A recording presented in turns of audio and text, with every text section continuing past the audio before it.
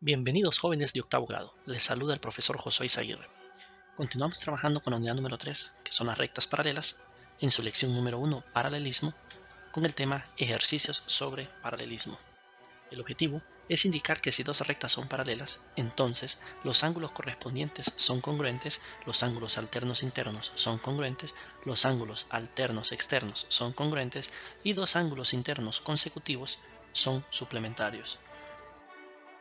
En el siguiente ejemplo, nos dice que en la figura de la derecha L es paralela a M y en base a eso encontrar la medida del ángulo X.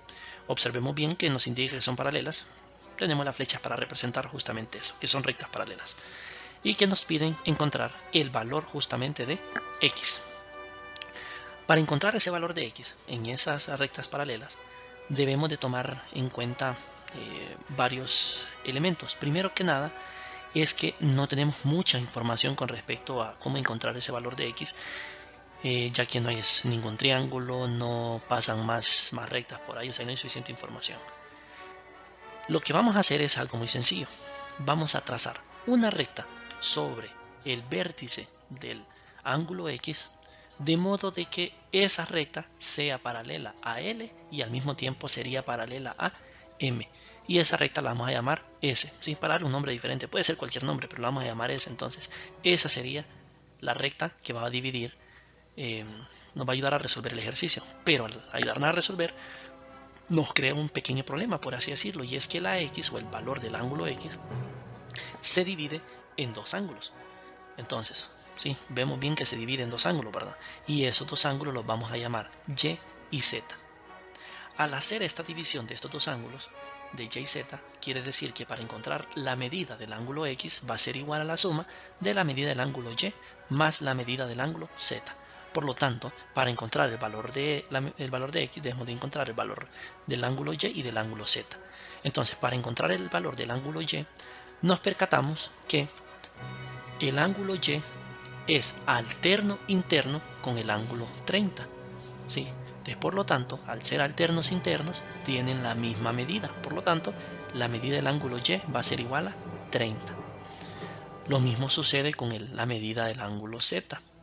Es alterno interno con 40. Entonces, por lo tanto, la medida del ángulo Z es 40. De aquí podemos encontrar la medida del ángulo X, que recordemos es la suma de la medida del ángulo Y más la medida del ángulo Z, donde Y es 30 y Z es 40, por lo tanto sería 30 más 40, donde 30 más 40 es 70. Y este entonces sería la medida del ángulo X, la respuesta al ejercicio.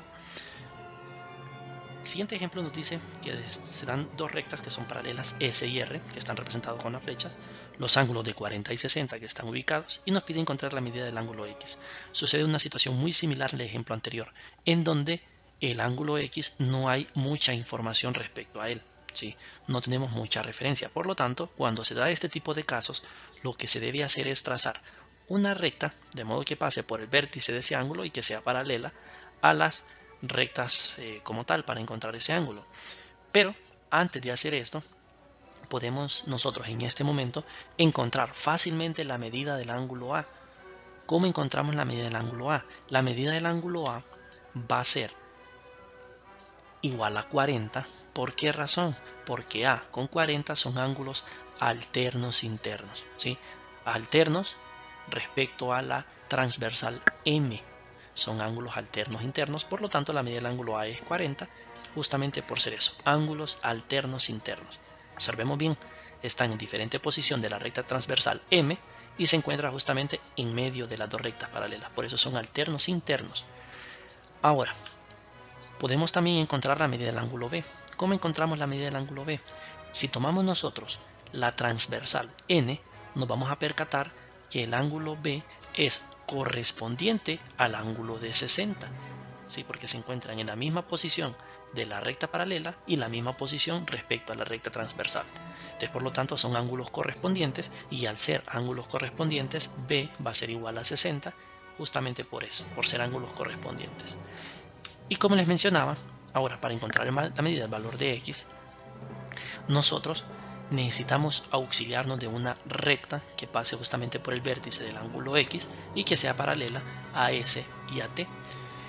Al hacer justamente esto, sucede lo mismo que el ejemplo anterior, que el ángulo X se divide en dos ángulos y podemos encontrar una relación o encontrar dicho valor en donde la medida del ángulo B o B va a ser alterno interno con el ángulo que se encuentra justamente en esa posición. No sería X, porque recordemos que X es todo el ángulo, justamente solo ese pedacito, pero de igual forma A es alterno interno a ese otro pedacito del ángulo, tomando la recta transversal M para A y la recta transversal N para B.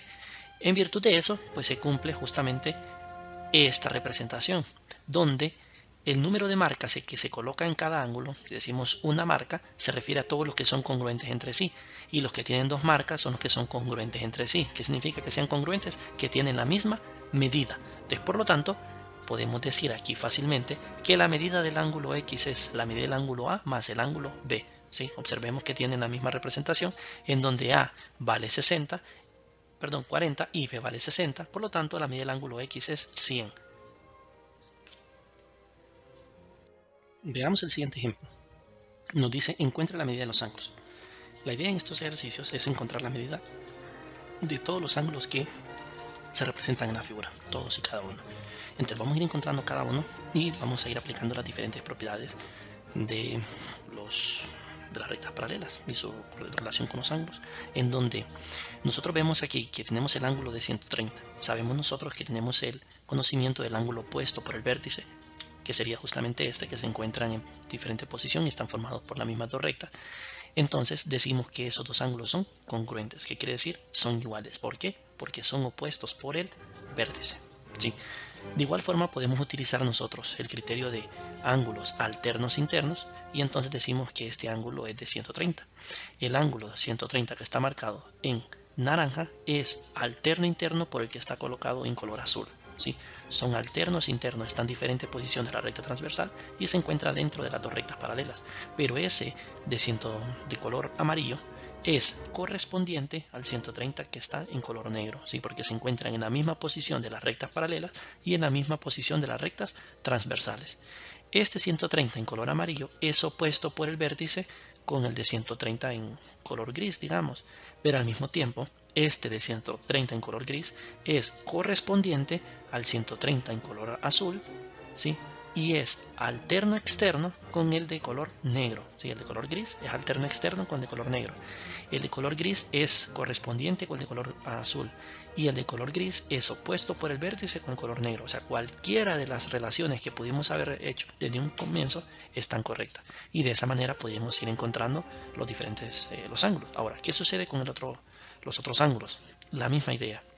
Vemos nosotros que tenemos una recta. Al tener una recta, automáticamente, y vemos que dos ángulos forman esa recta, decimos que estos ángulos son suplementarios. ¿Qué quiere decir? La suma de sus ángulos es igual a 180.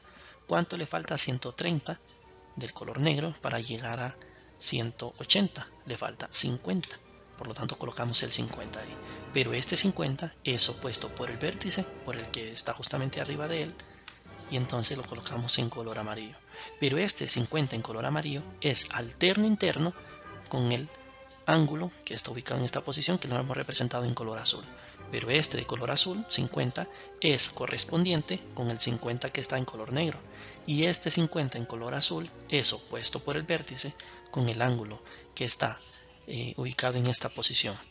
Este ángulo que está en color gris, aparte de ser opuesto por el vértice del color azul, es correspondiente con el ángulo que está en color naranja y es a la vez este color gris alterno externo con el ángulo que está colocado en color negro, ¿sí? Otro detalle muy importante es que la suma de los ángulos que están sobre las rectas debe de ser 180. Si no suma 180, entonces tenemos un problema.